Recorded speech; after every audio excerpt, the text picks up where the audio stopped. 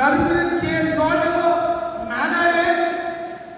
ఏ కొడుకైతే కొడుకు గురించి తండ్రి చెడ్డ సమాచారం తన కొడుకు ఇలాంటి కొడుకు అని ముఖం మీద ఆ తండ్రి ఎదుట తన కొడుకు చేసే పనుల గురించి ఎవరైతే చెప్పారో ఆ చెప్పబడిన కుమారుడు తిరిగి వస్తుంటే వాడికను దూరముగా ఉన్నాడు. కానీ అట్లా చేసుకోండి, వాడికను దూరముగా ఉన్నప్పుడే తండ్రి వారిని చూచి కనికరపడి. మన అంశం ఏంటి? తండ్రి ఏముంది?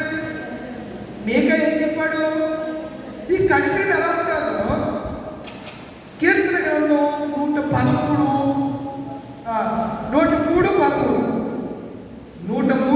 చదవండి. తండ్రి అట తన కుమారుని ఎడల చాలా జాగ్రత్తగా జాలి పడినట్లు. ఎవరైతే భయభక్తులు కలిగితే జాలి పడతాడంట. తండ్రి కుమారుని ఎడల ఏం పడతాడు? జాలి పడతాడు. మన తండ్రి మనందరికీ, అందుకే చెప్పారు యేసు ప్రభు వారు, మీ తండ్రి కనికరం కలిగిన దేవుడు. మీ తండ్రి ఎలాంటి వాడు? కనికరం కలిగిన దేవుడు. లూకా సువార్త 6 మీకు ఈ విషయం చదివితే ఇంకా బాగా అవుతుంది. 36 వచ్చిన 6:36. కాబట్టి మీ తండ్రి, ఏ తండ్రి గురించి మాట్లాడుతున్నావు? పరలోకపు తండ్రి. లోకములో శారీరకంగా మనకు తండ్రులు ఉన్నారు. మన తండ్రులకు మనకు అందరికీ తండ్రి అయినటువంటి దేవుడు ఒక్కడే, ఆయన పరలోకంలో ఉన్నాడు. ఆ తండ్రిలో ఉన్నటువంటి గుణలక్షణం ఒక పాయింటే వాయించండి. ఇది మహా సముద్రం లాంటిది.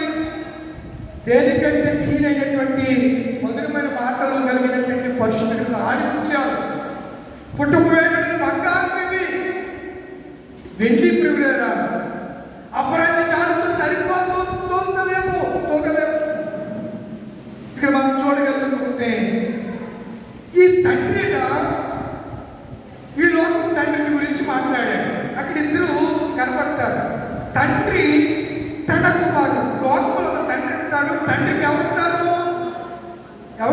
పిల్లలు ఉంటారు. పిల్లలు తండ్రికి ఏం కలుగుతుంది? నాన్న వచ్చేటప్పుడు అది తీసుకురా అంటే తండ్రి తినాలనిపిస్తుంది. ఈ 10 రూపాయలంటే నేను ఏదన్నా తాగాలి అని అనుకుంటే ఈ అంటాడు కొడుకు, డాడీ నన్ను వచ్చినప్పుడు నాకు ఆ దంసం తీసుకురా అని అన్నగాడు అనుకోండి. తండ్రి వాడికి తాగవేస్తుంది. కానీ తండ్రి ఏం చేస్తాడు? తాగకుండా ఆ 10 రూపాయలకి కొడుకు తెచ్చి ఇస్తే కొడుకు సంతోషం చూడండి. నేను అడిగినట్టు మా డాడీ నాకు తెలిసి కొనిచ్చాడు, దంసం తెచ్చాడు. నేను ఏది అడిగితే తండ్రి అంటే ఆ మాటలు వినగానే, కొడుకు మాట తండ్రి వినగానే, పరాణిది నాకు కావాలని అడగగానే తండ్రికి కొడుకు ఏం కలిగిందంట? జాలి కలిగింది. అలాగనే యెహోవా తన యందు భయభక్తులు కలిగిన మన పరమ తండ్రిని యెహోవా తన యందు భయభక్తులు గలవారి అందరి ఎడల జాలి చూపును. ఏం చూపుతాడు? జాలి చూపుతాడు. కనుక నా ప్రియమైన దేవుని పిల్లలారా, ఇప్పుడు తండ్రి గుణలక్షణం ఏంటి? కనికరం. అది మనసులో పెట్టుకోండి. ఇప్పుడు వాళ్ళకు అదృశ్యంగా ఉన్నటువంటి తండ్రి కనికరం ఎలా ఉంటుందో మన కీర్తనకారుడు మీకా గారు చెప్తే మనం విన్నాం. ఇప్పుడు ఆ కనికరం కలిగిన దేవుని ప్రేమ ఉంటుందో ఈ లూకా సువార్త 15వ అధ్యాయంలో వైద్యుడైన లూకా రాస్తాడు. అందులో 3 ఉపమానాలు ఉన్నాయండి. మొదటి ఉపమానము చెప్పండి మొదటి ఉపమానం అంటే గొర్రె అంటే. ఎందుకంటే మన గొర్రె అన్నానేమో.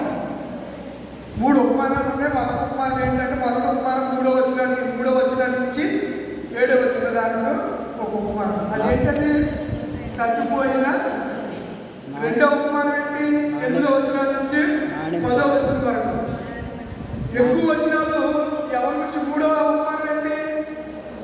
అర్థమవుతుందా?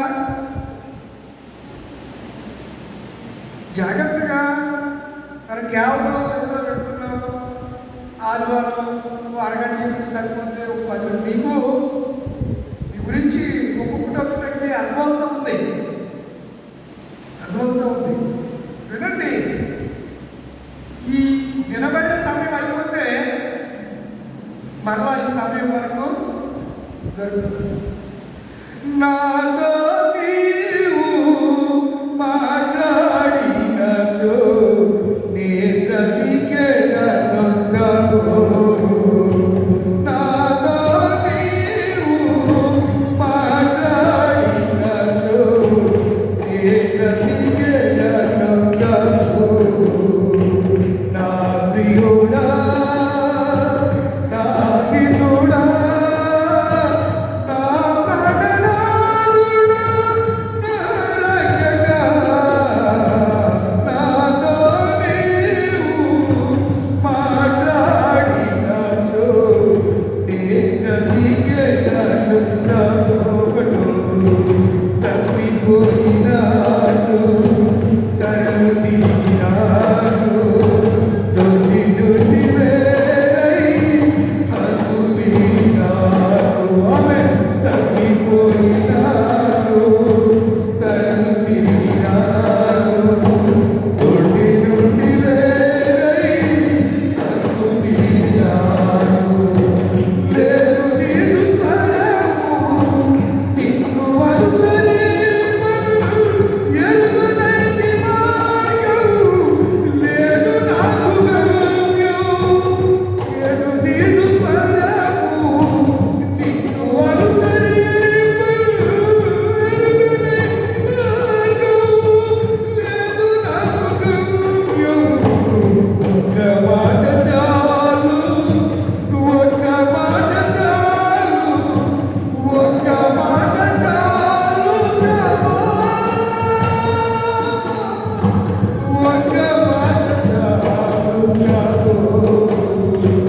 నాతో నీవు మాట్లాడినచో నే బ్రతికెదను ప్రభు. నాతో నీవు మాట్లాడినచో నే బ్రతికెదను ప్రభు. అతనితో ఏం చేస్తున్నావు అని మాట్లాడడానికి ఆ పందులు మేపుకునే పరిస్థితిలో, ఆ పొట్టు తినే పరిస్థితుల్లో ఎవరు లేరు. అతనికి దొడ్డి నుండి వేరైపోయాడు. తండ్రి ఇంటిలో నుంచి దూరంగా వెళ్ళిపోతున్నాడు. సౌలుని దేవుడు ఎంతో ప్రేమించాడు. సౌలుగా ఉన్నప్పుడే ప్రేమించాడు. పౌలుగా మారిన తర్వాత కూడా ఆయన ప్రేమలో మార్పు లేదు. ఒకప్పుడు దూషకుడు, హింసకుడు, హానికరుడుగా ఉన్నటువంటి సౌలును దమస్కు మార్గములో దేవుడు ఉన్నతమైన కృపతో దర్శించాడు. సౌలా, సౌలా, నన్ను ఎలా హింసించుచున్నావు? ఆ ఒక్క మాట తన జీవితాన్ని మార్చేసింది. నీవెవడు ప్రభువా? నేను నిన్ను హింసించడం ఏంటి? లేదు, లేచి దమస్కులోకి వెళ్ళు. తిన్నదని మాట్లాడకుండా తిన్నదనే ఇంటిలో మనకి వెళ్ళు. అక్కడ తార్సువాడైనటువంటి పౌలుని గురించి విచారించేదని వెంటనే దేవుడి ప్రేమ ఎవరితో మాట్లాడింది? అననీయతో. ఏం చెప్తామండి ఆయన ప్రేమ గురించి? ఆయన ప్రేమ గురించి ఇలా హృదయపూర్వక ధ్యానిస్తున్నప్పుడే మనకు ఒక విధమైన భావోద్వేగాన్ని, తండ్రి ప్రేమను మనం అర్థం చేసుకుని కుమారులుగా మారిపోవాలండి. ఎంతకాలం దేవుడు దుఃఖపరిచే బ్రతుకు, ఎంతకాలం నువ్వు ఏడ్పించే బ్రతుకు? ప్రేమ కలిగిన వాడని ఆ ప్రేమను తక్కువగా, లోపుగా మనం చూస్తే ఒకరికి దినాన్న ఆ ప్రేమ కనుమరుగైనటువంటి పరిస్థితులు రాబోతూ ఉన్నాయి. అప్పుడు నీతో మాట్లాడడానికి ఎవరు? ప్రార్థన కల్పించింది మా నాన్న నాతో ఈ సంగతి మాట్లాడితే బాగుంటుంది కదా. చాలా ఇబ్బందుల్లో ఉన్నాం, శ్రమలో ఉన్నాం, ఆలోచించేవాడు లేరు. నాన్నకి సలహా ఇవ్వండి, ఎలా చేయాలిరా, అలా చేయాలిరా అని చెప్పేవాడు.